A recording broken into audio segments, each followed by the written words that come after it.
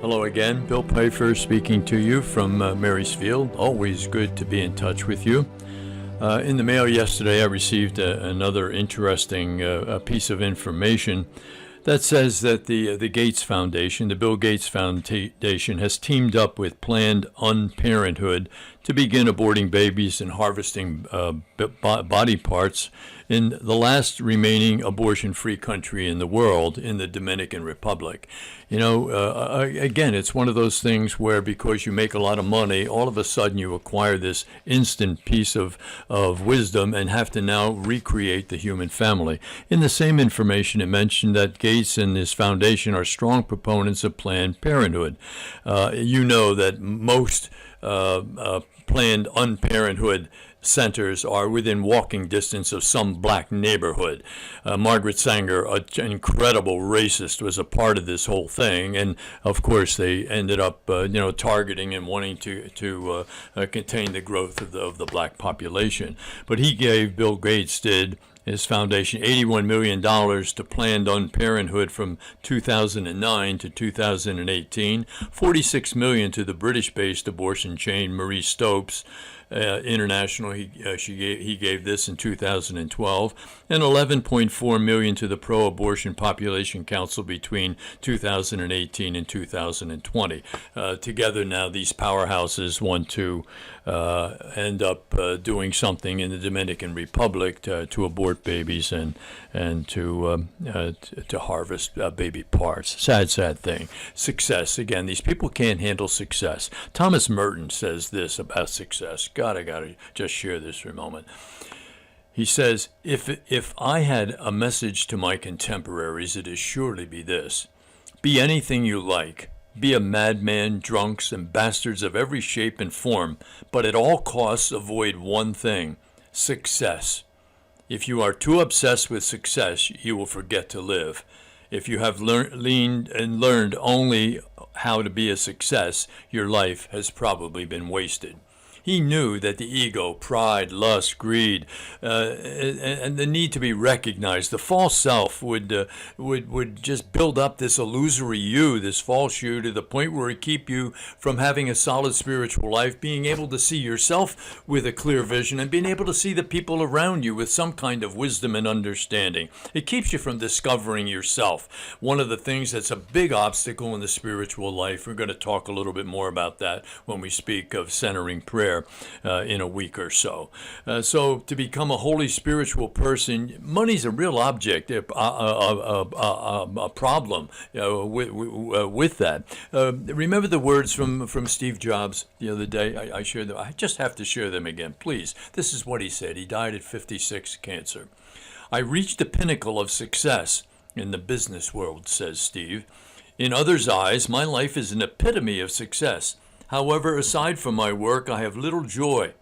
I realize that all the recognition and wealth I accumulated and took so much pride in have paled in the face of impending death. Maybe we should all just reflect on the fact that someday we're going to die, and maybe that'll end up bringing some kind of reality check into our lives that stops all of this kind of craziness.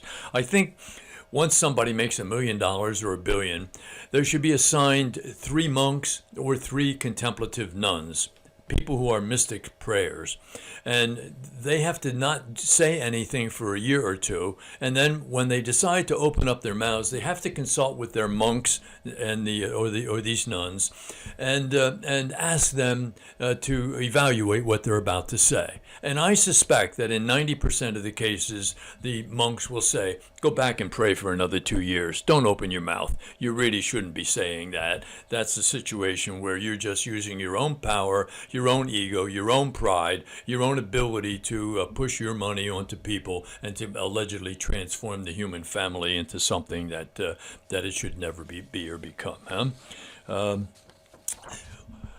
Later on today, I'd like you to perform a simple experiment. I am sure you will have positive results. No one has told me yet that this has ever failed. For this experiment, you'll need 3 items. First, get a wooden post 4 or 5 feet long and pound it into the ground just enough so it stands upright. Next, you will need a rope about 30 or 40 feet long and about an inch in diameter. The final item you need is one large elephant. If you can't find a large one, a small one will do. To conduct your experiment, take one end of the rope and tie it gently around one of the front legs of the elephant. Then take the other end of the rope and do not tie it on the post, but only lay it gently on the top of the post. After you have done this, this trained and conditioned elephant will have two choices. It could walk over and yank the post out of the ground, or it could just walk away. But it will do neither. It will think that it has been chained to an immovable post, and it will not be able to move. The moral of the story: you can't if you think you can't. Sometimes, a bird can be held with a chain, or a bird can be held with a little piece of thread. And the same is true of a trained elephant. And so we have to look into our own lives and see what it is that is an obstacle to our ability to fly.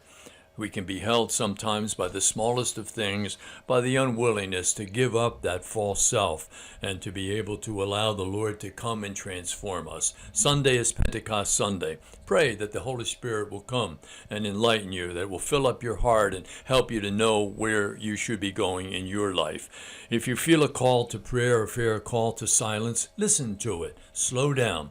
Will give you the ability to be able to use that in a deeper way in the very near future. The unexamined life is not worth living, said Socrates, and that's a truism.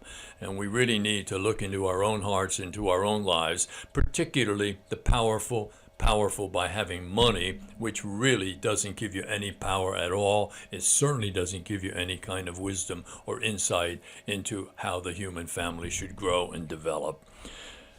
It's good to be with you. There are a few other things I wanted to do today, but they'll have to hold until tomorrow. Happiness, again, tomorrow always does depend on doing the truth today. Good to be with you. Keep me in your prayers. Know that you will always be in mine. God bless.